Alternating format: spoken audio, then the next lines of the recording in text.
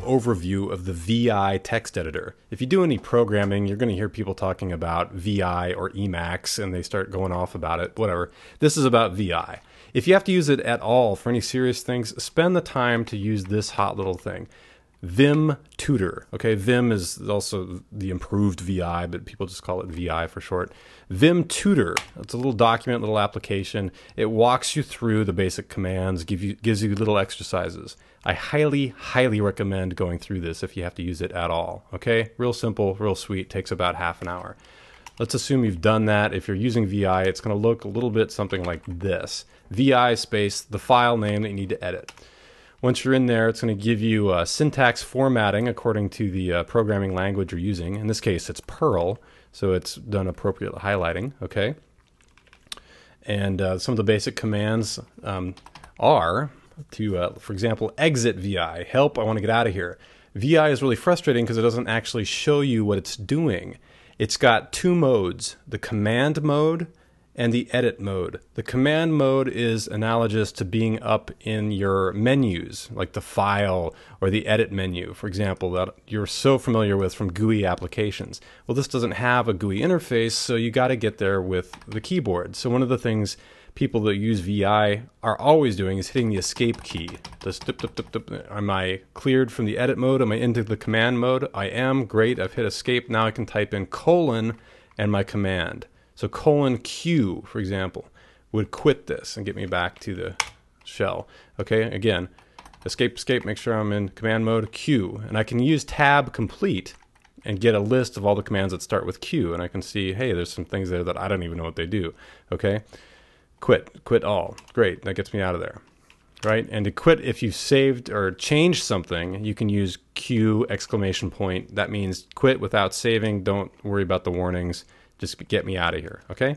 W is for write. And again, if I can do the tab complete, it gives me a few other things, other commands. That's just a helpful tip. W would save it, okay, for write. And again, it kind of follows what you might see under these file and edit menus in a normal application, okay? To search for things, you can use /. Again, you got to be in the command mode, so you might hit escape, / and then look for a term. And again, it gives me immediate highlighting of that. If I hit enter, I can use N as Nancy to scroll through the search results. Shift N will take me in the other direction. Okay, that's really useful. I can find instances of whatever I'm looking for. I can see if a variable name was misspelled or something.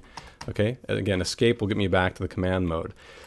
If you're wondering how the heck do I type stuff, well, I gets you into the edit mode or the insert mode. And once you see that down at the bottom there, once I'm in that, I can type, and this acts pretty much like you would expect a word editor to work. Okay, everything works normally. And once I'm done, again, escape gets me back to the command line. Now if I start typing things, it's going to interpret them as commands.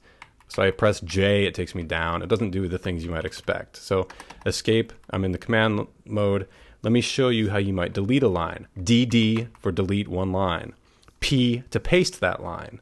Okay, DD, right? Undo is U. Okay, I'm undoing my actions. Control R would redo the actions. You can preface a command, most commands, with a number. So if I'm on this first line, I want to delete 3 lines, I'll press 3DD. Deletes 3 lines. Cool.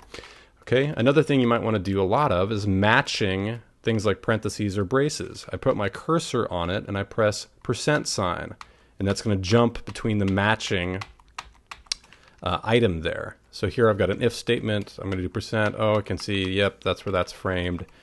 Yep, that's where that's framed. Really useful to track things down if you've got a lot of nested tags. Okay, another one is the visual mode.